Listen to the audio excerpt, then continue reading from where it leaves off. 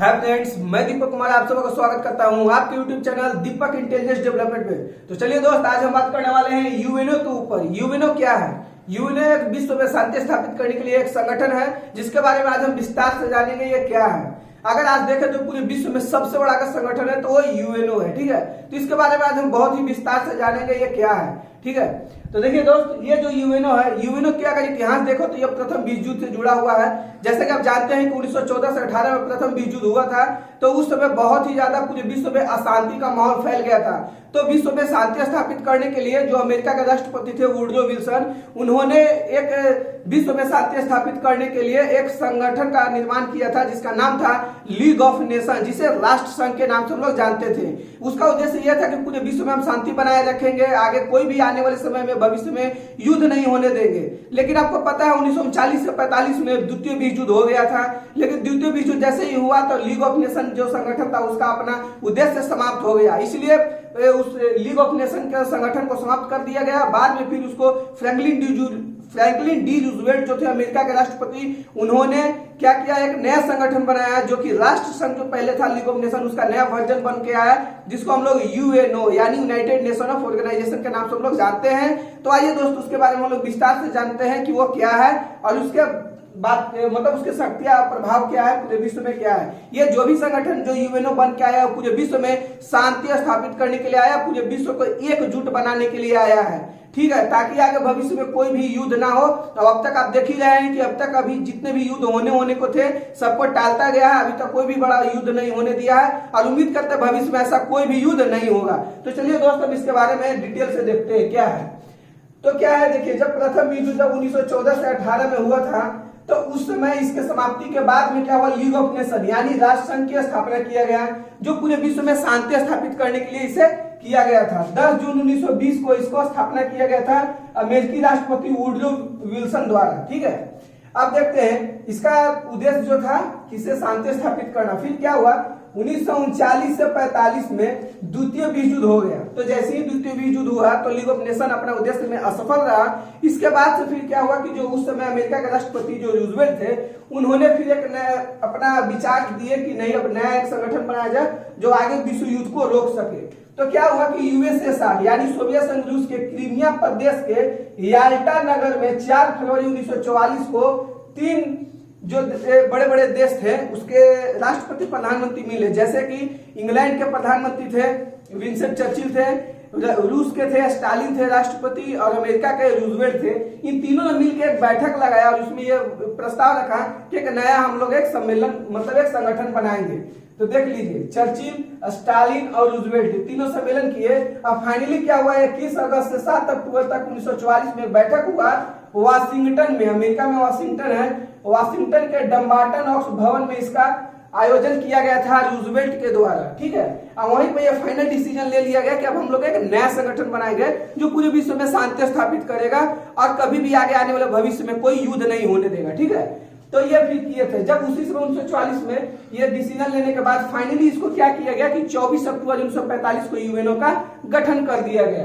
तो देखिए दोस्त, यूएनओ का स्थापना 24 अक्टूबर 1945 को कर दिया गया और इसीलिए प्रत्येक वर्ष हम लोग 24 अक्टूबर को यूएनओ दिवस यानी संयुक्त राष्ट्र संघ दिवस के रूप में प्रत्येक वर्ष हम लोग 24 अक्टूबर को मनाते हैं। और जब ये यूएनओ के लिए जब स्थापना किया गया तब इसके हुई हेडक्वार्टर बनाने की कि कहाँ इसका हेडक्वार्टर रहेगा और फिर इसके जमीन कहाँ मिलेगा। तो एक थे जॉन डी रॉकफेलर, इन्होंने इसके हेडक्वार्टर बनाने के लिए 17 एकड़ जमीन दिए थे और उसी 17 एकड़ जमीन पर इनका जो जमीन था वो मैनहट्टन द्वीप में था अमेरिका में, ठीक है। तो मैनहट्टन द्वीप पर ही 17 एकड़ जमीन देख करके उसमें 39 मंजिला बिल्डिंग को बनाया गया। 1945 में ये जमीन दिए थे, 1952 में बन के हेडक्वार्टर तैयार होता है पूरे 7 साल के बाद। यही कारण है कि 1952 में जाकर के पूरी बिल्डिंग तैयार होती है। उसके बाद 1952 में जाकर के फाइनली यूएनओ का पहला अच्छे से बैठक होता है। पहला बैठक कब होता है? 1952 में। तो इसको देख लेते हैं। जो भूमिदान करता थे, जो भूमिदान में दिए थे कौन? जॉन डी रॉकफेलर द्वारा दिया गया था। इसका मुख्यालय अमेरिका के न्यूयॉर्क में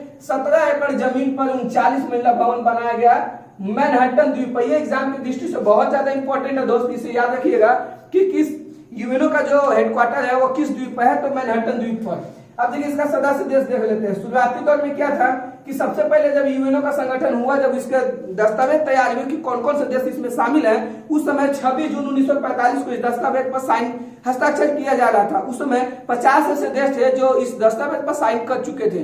लेकिन क्या हुआ कि आगे कुछ ही दिन बाद कुछ दूसरे शहर में पोलैंड भी इस पर तुरंत हस्ताक्षर कर दिया। जो शुरुआती दिनों में जो यूएनओ का सदस्य बन के उभरे वो थे 51 देश थे।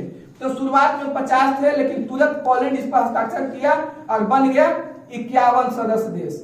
तो शुरुआती दौर में पूछेगा कि यूएनओ के कितने सदस्य देश थे, तो 51 थे। ठीक है, 51वां कौन था? पोलैंड था। वर्तमान में अगर देखा जाए 2021 की बात करें हम अभी जो चल रहा है, तो इस समय 193 देश है। जो 193वां देश है वो दक्षिण सूडान है, जो जुलाई 2011 में इसे शामिल किया गया था। ठीक है, अब देख लेते हैं किसे। ये तो बता दिए कि 1952 में कार्यालय बनकर तैयार हुआ। अक्टूबर 1952 में पहली बार यूएनओ का बैठक हुआ था। अब इसका प्रतीक देख लेते हैं। प्रतीक है यानी झंडा की बात करें तो ये झंडा मान लीजिए, ये झंडा है इसका। तो इस झंडे के बीच में 2 जैतून के बाल हैं और बाल के बीच में पूरे विश्व का ग्लोब को दर्शाया गया। इससे कहने का मतलब ये है कि जो पूरे विश्व जो है, जैतून के बाल के मतलब होता है शांति का प्रतीक। तो कहने का मतलब यह है कि जो विश्व ग्लोब है जो जैतून के बीच में है, तो कहने का मतलब यह है कि पूरे विश्व जो है अब हमेशा शांति से घिरा रहेगा, यानी पूरे विश्व शांति रहेगा। ठीक है, अब कभी भी इसमें पूरे विश्व में अशांति नहीं होगी, युद्ध होगा ही नहीं तो अशांति होगा नहीं। ठीक है, तो हमेशा शांति बना रहेगा। इसीलिए इसको 2 जैतून के बाल जो शांति के प्रतीक हैं और उनके बीच में विश्व ग्लोब को दर्शाया गया, ये इनका झंडा है। अब थोड़ा हम यूएनओ की भाषा के बारे में देख लेते हैं कि जो यहाँ के कार्यकारी भाषा है वो किस किस भाषा को मान्यता प्राप्त है। तो जो यूएनओ का भाषा है वो कुल 6 भाषाओं को मान्यता प्राप्त किया गया है, मान्यता दिया गया 6 भाषा को। ठीक है, तो अब देख लेते हैं। शुरुआती दिनों में 4 भाषा को मान्यता प्राप्त थी, लेकिन बाद में 1973 में जाकर के 2 भाषा को और जोड़ा गया। तो शुरुआती दिनों में कौन 4 भाषा थे जो मान्यता प्राप्त थे, उसके बारे में पहले देख लेते हैं। तो पहला थे अंग्रेजी, फ्रेंच, रूसी, चीनी भाषा को ही मंडारिन भाषा के नाम से हम लोग जानते हैं। ठीक है, तो ये अलग नहीं है, चीनी भाषा को मंडारिन कहते हैं। तो शुरुआती दिनों में ये 4 थे, लेकिन 1973 में क्या हुआ कि स्पेनिश और अरबी ये 2 भाषा को भी इसमें शामिल कर लिया गया। 1973 में स्पेनिश और अरबी को भी। 1973 से पहले 4 भाषा को मान्यता प्राप्त थी। अब हम देखें 6, अब तो वर्तमान में 6 भाषा हो गए। तो वर्तमान में 6 भाषा है यूएनओ के मान्यता प्राप्त, लेकिन अब इसमें से 2 होता है ऑफिशियल लैंग्वेज। जो कार्यकारी भाषा होता है, जो पेपर वर्क वाला भाषा होता है, जिसमें हम लोग यूएनओ का पेपर वर्क देखते हैं, तो वो जो ऑफिशियल लैंग्वेज है वो अंग्रेजी और फ्रेंच, ये 2 है। ये पूछा जाता है एग्जाम में कि यूएनओ का ऑफिशियल लैंग्वेज यानी कार्यकारी भाषा कौन है, जिसमें हम लोग पेपर वर्क करते हैं यूएनओ के सदस्य हैं, तो वो 2 भाषा में, अंग्रेजी और फ्रेंच में। तो ऑफिशियल लैंग्वेज 2, वर्तमान में 6, शुरुआती दिन में 4 थे। तो अंग्रेजी, फ्रेंच, रूसी, चीनी, शुरुआती में 4, 1973 में स्पेनिश और अरबी को जोड़ा गया था। अब हम देख लेते हैं यूएनओ के बजट के बारे में, जान लेते हैं कि यूएनओ का बजट कौन तैयार करता है, कितना होता है, उसमें बजट में पैसा कहां से आती है और सबसे ज्यादा योगदान किसका। तो बजट जो तैयार करता है, सबसे पहले जान लीजिए कि यूएनओ का 6 अंग है। 6 अंग में एक महासभा अंग है, जो यह अंग है जो सबसे ज्यादा महत्वपूर्ण माने जाते हैं। तो महासभा ही क्या होता है कि यूएनओ का बजट को तैयार करता है। जो यूएनओ का संविधान है उसमें 5 अध्याय और 70 अनुच्छेद है। क्या हुआ कि 5 अध्याय है, 5 अध्याय और 70 अनुच्छेद है, आर्टिकल है। ये यूएनओ का संविधान है। ठीक है, उसमें ये 5 अध्याय 70 अनुच्छेद है। तो इसमें से जो 70 अनुच्छेद में से 17वां आर्टिकल जो है, आर्टिकल 17 में यूएनओ का बजट के बारे में बात किया गया है कि आर्टिकल 17 में बजट है। ठीक है, तो इसमें जो बजट तैयार होता है, तो इस बजट में सबसे ज्यादा जो यूएनओ में जो पैसा कंट्रीब्यूट करता है, जो सबसे ज्यादा पैसा देता है, योगदान करता है, वो अमेरिका करता है। जैसे कि आप देख सकते हैं कि 22 से 25% अकेले अमेरिका देता है। अब भारत का इसमें देखें कंट्रीब्यूशन तो मात्र 0.5 से 1% के बीच में है, तो लगभग 1% के रूप में हम लोग देख सकते हैं। ठीक है, तो बजट में देखें तो बजट कौन तैयार करता है, महासभा तैयार करता है, जिसमें सबसे बड़ा योगदान है अमेरिका का 22 से 25% और भारत का लगभग 1% है। ठीक है, तो भारत में यूएनओ का जो संविधान है उसमें 5 अध्याय है और 70 अनुच्छेद है। रेडी, तो चलिए दोस्त देख लेते हैं यूएनओ के 6 अंग हैं। ठीक है, तो यूएनओ के 6 अंग को हम बारी बारी से देख लेते हैं कौन क्या है। ठीक है, तो सबसे पहला है महासभा, जिसे हम लोग जनरल असेंबली के नाम से जानते हैं। ठीक है, देखिए ये जो महासभा है, पूरे जो विश्व में जो यूएनओ के 193 सदस्य हैं, वो सभी 193 सदस्य यूएनओ को महासभा में ही जाकर के अपना सभी देशों का प्रतिनिधित्व करते हैं। चाहे वो अपनी कोई भी देश के राष्ट्रपति हो, प्रधानमंत्री हो, विदेश मंत्री हो, कोई भी हो, जो अपने जाकर के अपने ही देश का वो प्रतिनिधि कहाँ करते हैं, महासभा में बैठते हैं। तो ठीक है, तो जो भी महासभा में बैठते हैं वो 193 सदस्य देश है, वो सभी कहाँ बैठते हैं, महासभा में। इसीलिए देखिए जब महासभा में बैठते हैं सभी देश के प्रतिनिधि, तो आपस में बैठने के बाद एक संसद जैसा माहौल बन जाता है, ऐसा लगता है जैसे संसद चल रहा है। इसीलिए इसे पूरे विश्व का लघु संसद के नाम से हम लोग जानते हैं। ठीक है, तो ये भी पूछा जाता है शॉर्ट में कि लघु संसद के नाम से किसे जानते हैं, तो महासभा को जानते हैं। ये हो गया। अब देखिए कोई भी देश यूएनओ में अपने प्रतिनिधि को 5 प्रतिनिधि को एक बार में भेज सकता है, लेकिन जब उस यूएनओ में जब कोई प्रस्ताव पर जब वोटिंग होगी तो वोटिंग सिर्फ एक कहलाएगा। ऐसा नहीं है जैसे मान लीजिए कि भारत से राष्ट्रपति, प्रधानमंत्री, वित्त मंत्री, रक्षा मंत्री और विदेश मंत्री 5 लोग जाते हैं। जब वहां पर प्रस्ताव पर किसी भी प्रस्ताव पर अगर वोटिंग करते हैं तो सिर्फ एक वोट कहलाएगा। ऐसा नहीं कि 5 गए तो 5 देंगे तो 5 वोट होगा, नहीं, सिर्फ एक वोट भारत की तरफ से कहलाएगा। तो ये 5 प्रतिनिधि भेज सकते हैं, वोट सिर्फ एक कहलाएगा। ठीक है, तो वही ये कह रहा है कि 5 प्रतिनिधि भेज सकते हैं, लेकिन वोट सिर्फ कितना होगा, एक होगा। अब इसका सत्र के बारे में देख लेते हैं कि कब से कब तक चलता है। महासभा का सत्र मध्य सितंबर यानी सितंबर के तीसरा सप्ताह से लेकर के लगभग दिसंबर के तीसरा सप्ताह तक, यानी मध्य सितंबर से मध्य दिसंबर तक चलता है। अब प्रत्येक सत्र में महासभा क्या करता है कि जो 193 सदस्य जो होते हैं उसी में से एक अध्यक्ष को, 21 उपाध्यक्ष को और 7 समितियों के लिए अध्यक्ष को चुनता है।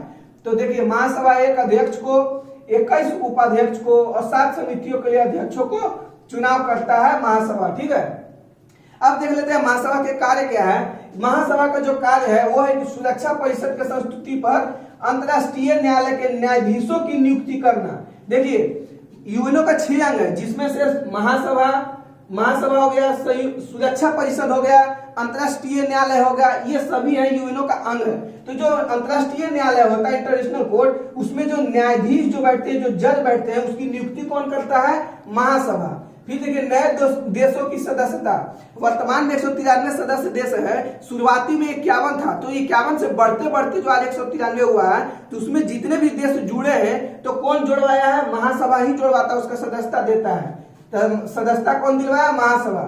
महासचिव की नियुक्ति, एक सचिवालय इसका अंग होता है यूएनओ का, तो सचिवालय का जो प्रमुख होते हैं वो महासचिव कहलाते हैं। तो महासचिव की नियुक्ति कौन करता है, महासभा। अब जो यूएनओ का बजट है, बजट पर कौन बात करता है, बजट कौन पेश करता है, तो महासभा। बजट के बारे में भी बताया है पिछले अथी में, किसे अमेरिका का सबसे बड़ा योगदान होता है। अब देख लीजिए दूसरा अंग है वो सुरक्षा परिषद। सुरक्षा परिषद यानी भारत में पूरे विश्व में जो सुरक्षा और शांति की बात करता है, पूरे विश्व को एकजुट अच्छे से रखने का, शांति माहौल बना के रखने का काम करता है, वो कौन करता है, सुरक्षा परिषद। इसके लिए चाहे वो जो कुछ भी करे, जैसे क्या हमारे आसपास के शहरों में, हम लोग के आसपास में शांति सुरक्षा कौन पहुंचाता है, कौन शांत बना के रखता है माहौल को, पुलिस करता है। इसीलिए पूरे विश्व का पुलिसमैन के नाम से हम लोग किसको जानते हैं, सुरक्षा परिषद को। तो ये भी एग्जाम में पूछा जाता है कि पुलिसमैन के नाम से किसे जानते हैं, सुरक्षा परिषद को। ये काम क्या करता है कि पूरे विश्व में शांति और सुरक्षा को बनाए रखने की काम करता है। ठीक है, अब देख लीजिए इसमें सदस्य क्या है। सुरक्षा परिषद में 15 सदस्य होते हैं, जो 5 अस्थायी होते हैं। देखिए 5 होते हैं अस्थायी सदस्य और जो 10 होते हैं वो होते हैं अस्थायी। 10 होते हैं अस्थायी सदस्य। तो 5 अस्थायी सदस्य जो है ये कभी बदलते नहीं है, जब तक यूएनओ संगठन रहेगा तब तक ये 5 सदस्य रहेंगे। जैसे अमेरिका, ब्रिटेन, फ्रांस, रूस, चाइना, ये 5 वो हैं जो ये अस्थायी सदस्य है, ये कभी बदलेंगे नहीं। अब देख लीजिए इन्हें वीटो प्राप्त है। वीटो शक्ति क्या है अभी बताते हैं थोड़ी देर में। अस्थायी सदस्य देश है जो 10 है, इन्हें प्रत्येक 2 वर्षों के लिए चुना जाता है। और इसे देखिए जितने भी 2 महासभा में 193 सदस्य बैठते हैं, 193 सदस्य देशों में से उसके 2/3 बहुमत द्वारा ये तय किया जाता है कि कौन से देश को अस्थायी देश के रूप में 10 को चुना जाए। तो 2/3 बहुमत से 2 वर्षों के लिए चुना जाता है 10 अस्थायी सदस्य देश को, जिसमें अभी तत्काल में भारत भी इसमें शामिल है। भारत भी यूएनओ का अस्थायी सदस्य देश है। अब अस्थायी क्यों नहीं है, होगा कि नहीं, अभी बताते हैं पूरा। देखिए अब थोड़ा जान लीजिए वीटो शक्ति क्या है। वीटो शक्ति उसे कहते हैं कि जब कोई जब कोई प्रस्ताव लाया जाता है और इसमें से कोई एक देश को, जो अस्थायी सदस्य देश है 5, इसमें से किसी को उस प्रस्ताव को पारित नहीं करना, मतलब उस प्रस्ताव से वो खुश नहीं है, मंजूरी नहीं देना चाहते हैं, तो अपना वीटो रख देते हैं। मतलब कि हम इस प्रस्ताव के खिलाफ है, विरुद्ध है, हम नहीं प्रस्ताव को पास करना चाहते हैं, तो वीटो डाल देते हैं, समझे। तो उससे प्रस्ताव रुक जाता है। अब चाहे पूरे 193 सदस्य देश और अस्थायी के 4 सदस्य एक तरफ और अस्थायी के एक सदस्य अलग एक तरफ हो जाए, तो जो एक वाला जो अलग बोलेगा वही माना जाएगा। वीटो शक्ति मतलब होता है कोई भी प्रस्ताव को मंजूरी नहीं देना, ठीक है। जैसे कि चाइना हमेशा भारत के बारे में हमेशा वो वीटो डाल देता है। जैसे भारत कहता है कश्मीर मेरा है, पाकिस्तान से झमेला चलते रहता है, तो जब भी ऐसा होता है, जब पूरी दुनिया लगभग मानती है कि भारत का ही कश्मीर है, लेकिन चाइना उस पर वीटो डाल देता है कि नहीं, ये हम नहीं मानते हैं, ठीक है। तो वो होती है वीटो शक्ति है, अपना एक अलग अधिकार है, ठीक है। ये 5 देशों का अपना एक विशेष अधिकार है, ठीक।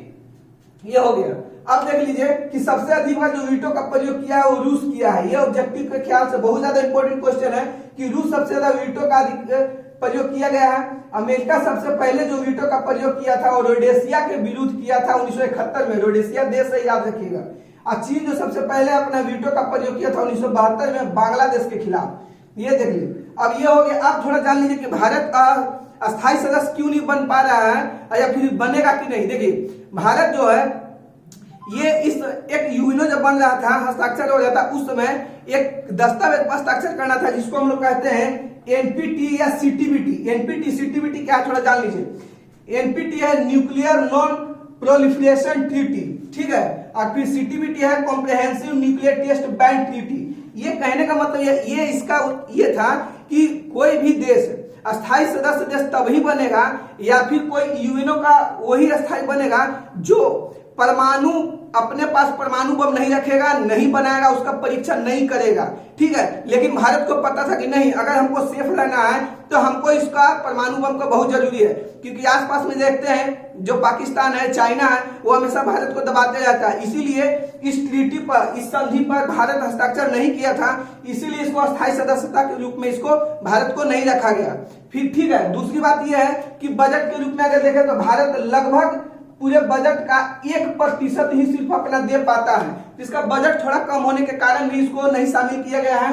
आइए देख लिए इसका। देखिए ये जो है सीटीबीटी है, परमाणु परीक्षण के लिए कहता है कि कोई मतलब परमाणु नहीं रखेगा, ठीक है, नहीं कोई बनाएगा और नहीं परीक्षण करेगा। भारत अपने ये स्वतंत्र था कि नहीं हम बनाएंगे, हम रखेंगे, इसलिए इस पर अति नहीं किया। इसमें एक बात और कहा गया था कि परमाणु परीक्षण, देखिए भारत इसको रूल्स को तोड़ा नहीं है। अगर देखा जाए, अगर सही मायने में भारत को अस्थायी सदस्यता मिलनी चाहिए। इसके तहत कहा गया ना ही कोई देश जमीन पर नहीं परीक्षण कर सकता परमाणु, न पानी में कर सकता है, न हवा में।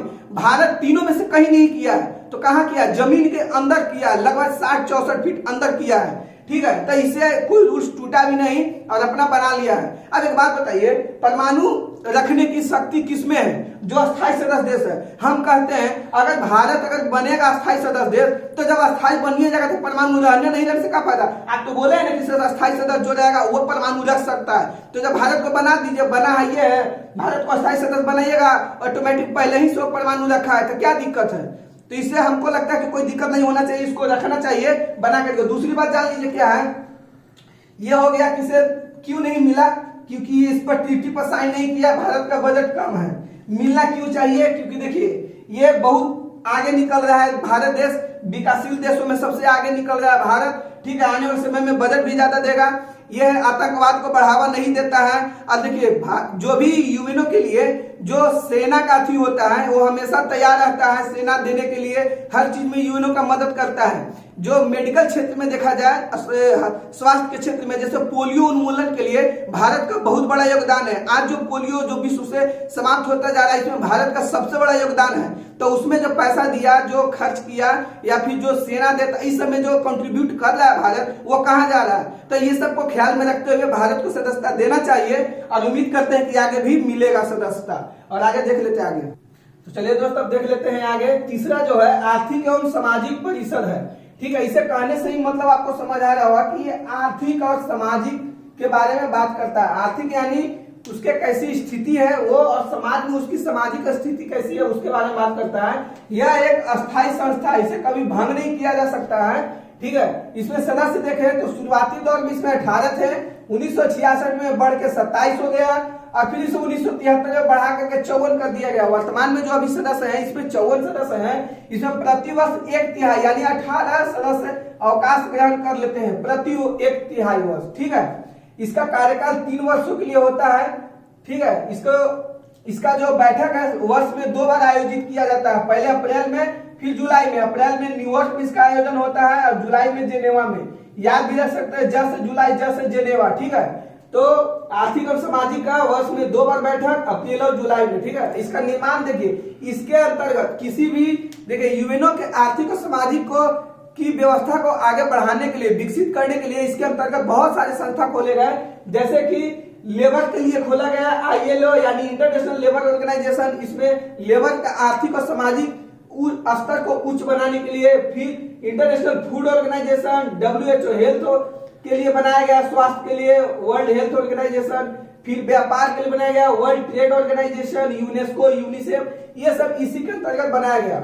अगला जो चौथा सचिवालय है, यह यूएनओ के दिन प्रतिदिन के कार्य को निपटाता है। जो रोज के जो डेली वर्क, पेपर वर्क होता है उसको देखता है सचिवालय। अगर देखा जाए यूएनओ का जो सबसे मेन हम लोग देखते हैं तो यही है सचिवालय। इसी के जो प्रमुख होते हैं महासचिव होते हैं, जिसको हम लोग कभी कभी ये डायरेक्ट बोल देते हैं कि यूएनओ का महासचिव कौन है। वो यूएनओ का महासचिव नहीं होता, सचिवालय का महासचिव होता है, ठीक है। तो यही है जो हम लोग जानते हैं। जैसे आपको पता है कि जो वर्तमान में जो है यूएनओ का महासचिव है एंटोनी गुटेरस है, जो पुर्तगाल के हैं। आज सबसे पहले जो महासचिव थे वो ट्रिगवेली थे, नॉर्वे के। वो 1946 से 52 में इनका कार्यकाल था, ये बाद में इस्तीफा दे दिए थे। पहले ही है ऐसा महासचिव रहे जिन्होंने इस्तीफा दे दिया, ठीक है।